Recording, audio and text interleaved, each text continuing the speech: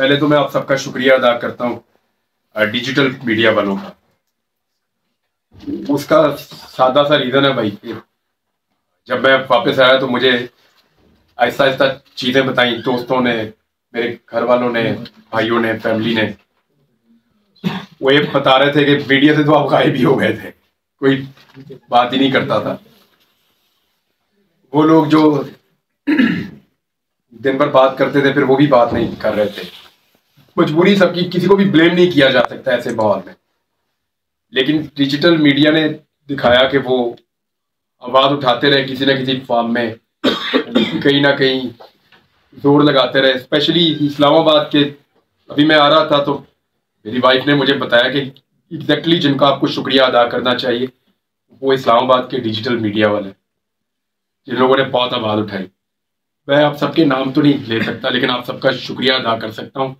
और आप लोगों ने बड़ी मेहरबानी की कि उस वक्त जब अंधेरा भी बहुत था और आंधी भी बहुत तेज थी तब भी आपने एक छोटा सा चिराग जलाया हुआ था, पूरा अंधेरा होने नहीं दिया कभी। यही बात मैं वकला से कह के आया हूँ कि उनसे मेरा इख्तलाफ कई बातों पे रहा, लेकिन इसके बावजूद काले कोर्ट ने अपनी लाज रखी। उन्होंने हर लेवल पे इसकी मजम्मत की है कि जो गलत है वो गलत है।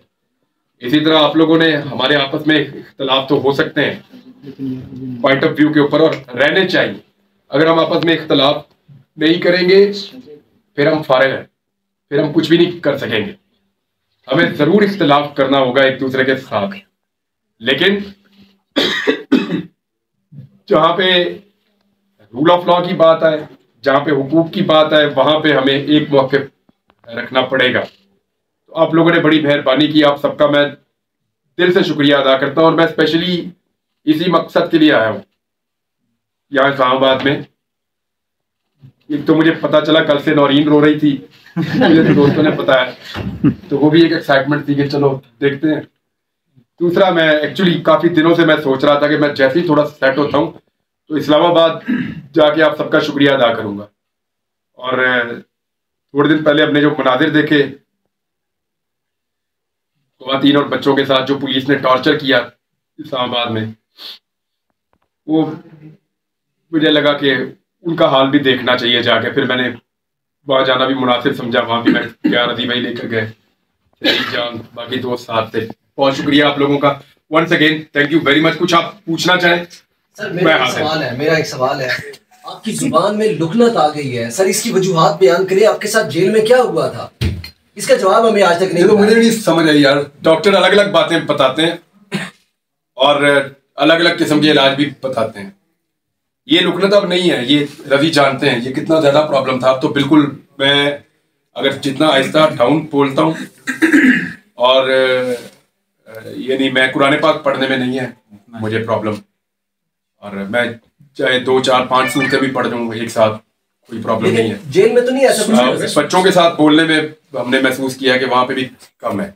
मेरी फैमिली बता रही है जब बच्चों के साथ आप खेलते हैं या बातें करते हैं वहां पे बहुत ही खत्म हो जाती है ऑलमोस्ट। तो ये आहिस्ता आहिस्ता ग्रेजुअली इंप्रूव हो रही है। मुझे आइडिया नहीं था कि ये इस तरह से है, शायद मुझे खुद भी नहीं पता था। जब मैं अपने घर आया और मैंने बातचीत करना शुरू की तो मुझे पता चला, और मुझे घर वालों ने एक्चुअली मुझे इन्होंने रियलाइज करवाया कि तुम ठीक नहीं बोल रहे। सबसे पहले मेरे भाई ने कहा, फिर अली जो लॉयर है, वकील, वो जब मैं बोलता था ना तो वो ऊंची ऊंची रोता था। मैंने कहा इसको क्या हो रहा है? वो कहते तू सही बोल नहीं रहा।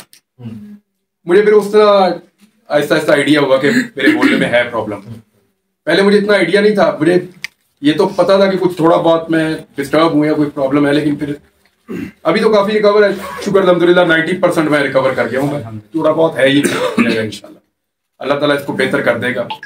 सर गुज़श्ता रात सोशल मीडिया पे चल रहा है कि चीफ साहब को चाहिए कि आपको बुला के आपसे पूछें कि आपको किसने उठाया था, कहाँ रखा था।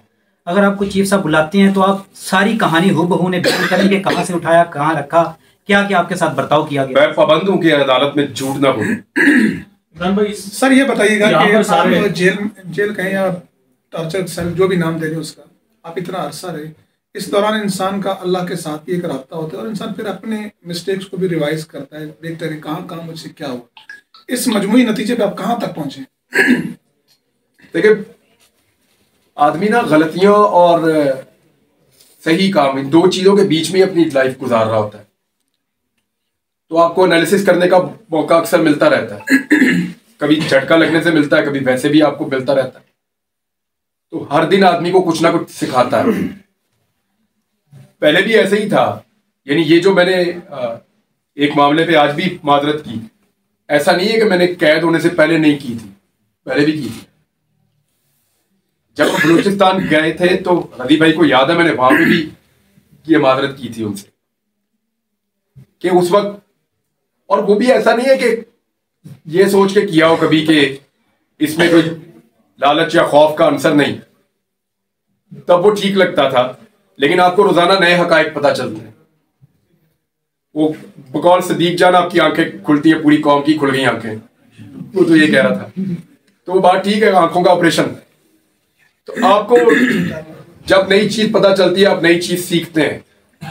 तो इसमें मैंने कई चीजों के ऊपर सीखा है, लेकिन सबसे जो बड़ी चीज है वो तन्हाई में आपको अल्लाह ताला बहुत कुछ ऐसा सिखाता है जो आपको वैसे कभी मौका नहीं मिलता। ये बात आपकी ठीक है, बिल्कुल ठीक बात है। सर ये बताइएगा कि आज एक मिसिंग पर्सन, जब आप लापता हुए थे, जब आप गुमनामी की जिंदगी में चले गए थे, कभी ऐसा महसूस हुआ, कोई ऐसा दिन आया आपकी जिंदगी में कि आपने कहा बस अब शायद मैं कभी भी वापस आ सकूं, या आज आखिरी दिन है? रोज सर अगवा होने से लेके निकलने तक का सारा जो आपको पता है कि कितने दिन आप कहाँ रहे हैं। और सर इसमें ये भी ऐड करना है, यहाँ पर भी सारे साफी हैं, तो खुदा ना खास्ता कभी किसी साफी के साथ इस तरह से हो सकता है।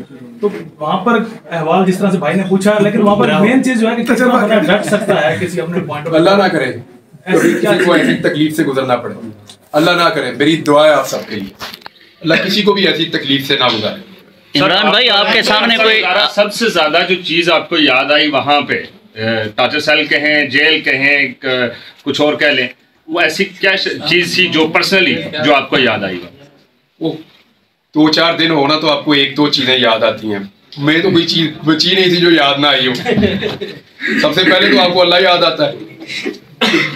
जब भी आप फंसते हैं ना जिंदगी में कभी, सबसे पहले आपको अल्लाह याद आता है। अल्लाह ताला कुरान पाक में कहता है बार बार, खासतौर पे उसने कश्ती वाली मिसाल दी है कि जब इनकी कश्ती तूफान में गिर जाती है तो ये अल्लाह को याद करते हैं, खालिस अल्लाह को पूरी तौहीद के साथ। तो जब अल्लाह इनको साहिल पे पहुंचा देता है तो फिर अक्सर जो है उनमें से कुछ ऐसे हैं वो मुकर जाते हैं। इमरान भाई एक बात सुनिएगा, आपके सामने कोई डिमांड रखी गई, ये सवाल आप जो है ना हक की आवाज़ बुलंद करना बंद कर दें, हम आपको छोड़ देंगे, कोई डील या कोई इस तरह की बात हुई थी आपके साथ? आप ये ना पूछें, आपके लिए बेहतर है। अच्छा